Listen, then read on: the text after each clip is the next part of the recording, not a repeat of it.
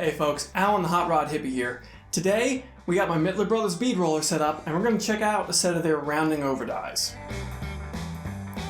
So in today's video, I want to go ahead and run the Mittler Brothers rounding over dies or tube roll dies. Now the idea of these is that you can run a piece of sheet metal through there and create a rounded over edge for maybe lapping over a roll cage, some tubing on a frame structure, whatever you might be working with, or just trying to create that rounded over edge. Now, in a previous video, I checked out the Covell rounding over dies from Ron Covell and Trick Tools, and I wasn't necessarily too pleased with the way they functioned.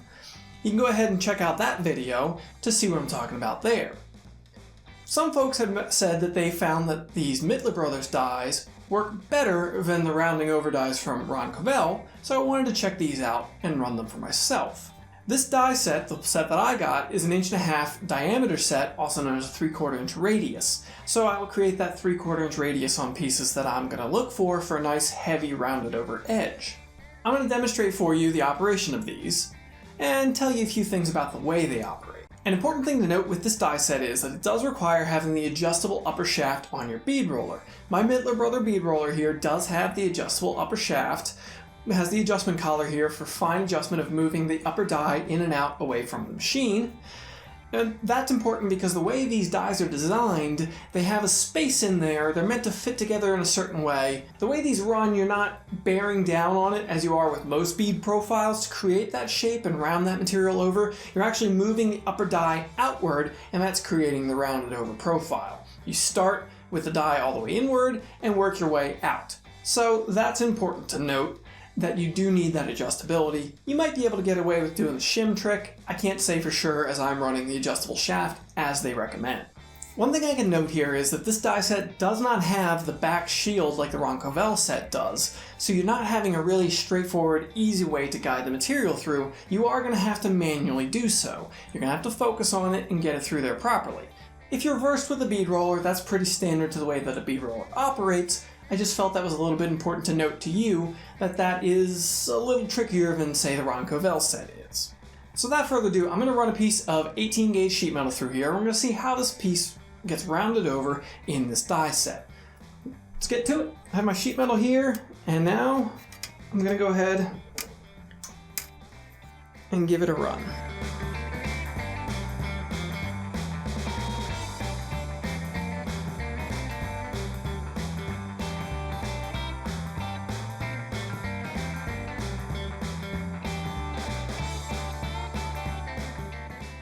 Now I'm going ahead and I'm adjusting the upper collar outward to create more of a rounded over profile for my second pass.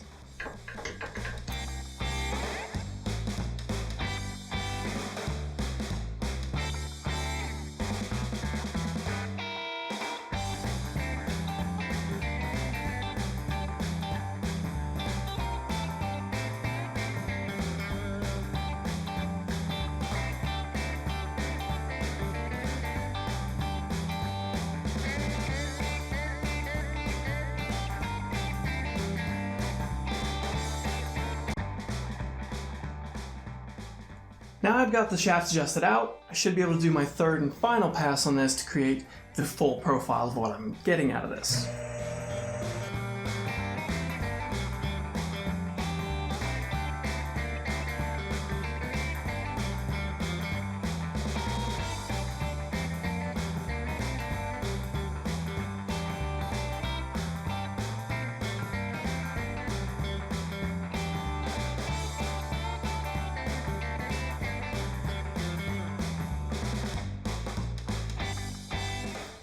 Now after running a few passes through here, I went through a few times, just kind of crisp in the edge that I was trying to create, I can definitely say that this is creating a much more rounded over profile than I saw with the Ron Covell dies, and that was my greatest disappointment with that die set.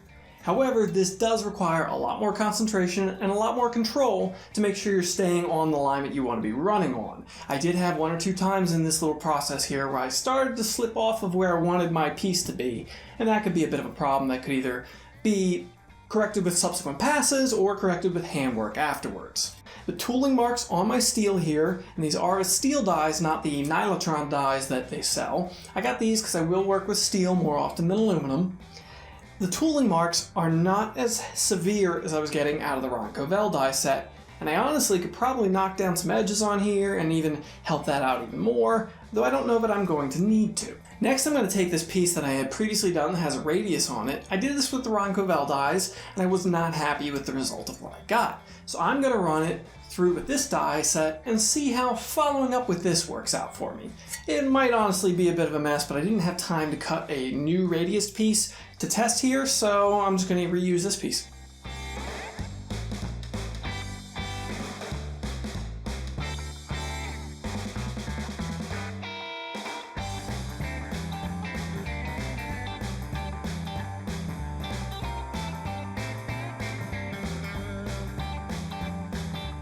Now that I ran the piece through a handful of times, I have definitely created a much greater radius on this side than I previously had with the Ronco rounding over dies. The Mittler Brothers dies have definitely created more of what I was hoping to get from the previous die set, so I'm really happy to see that. They do require a significant amount more control, so you know what you're doing, you follow the line you're trying to follow. I kept having to run off that radius a little bit and kind of come back through there.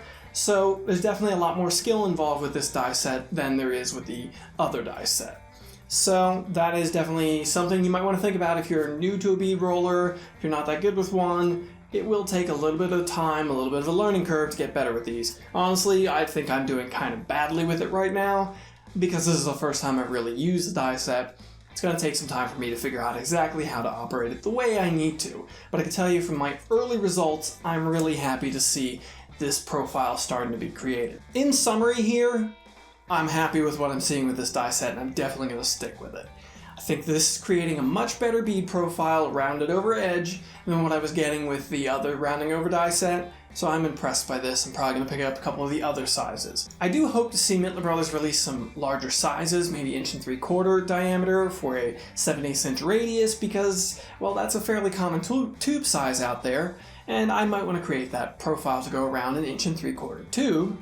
But for the moment, this is going to work out well for me, I think. This is going to create the exact project that I had in mind for the rounding over dies.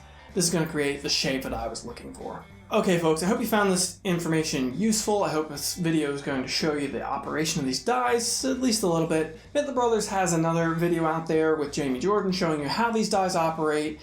That's honestly how I learned, because they don't come with instructions. So if you found this video informative, drop it a like.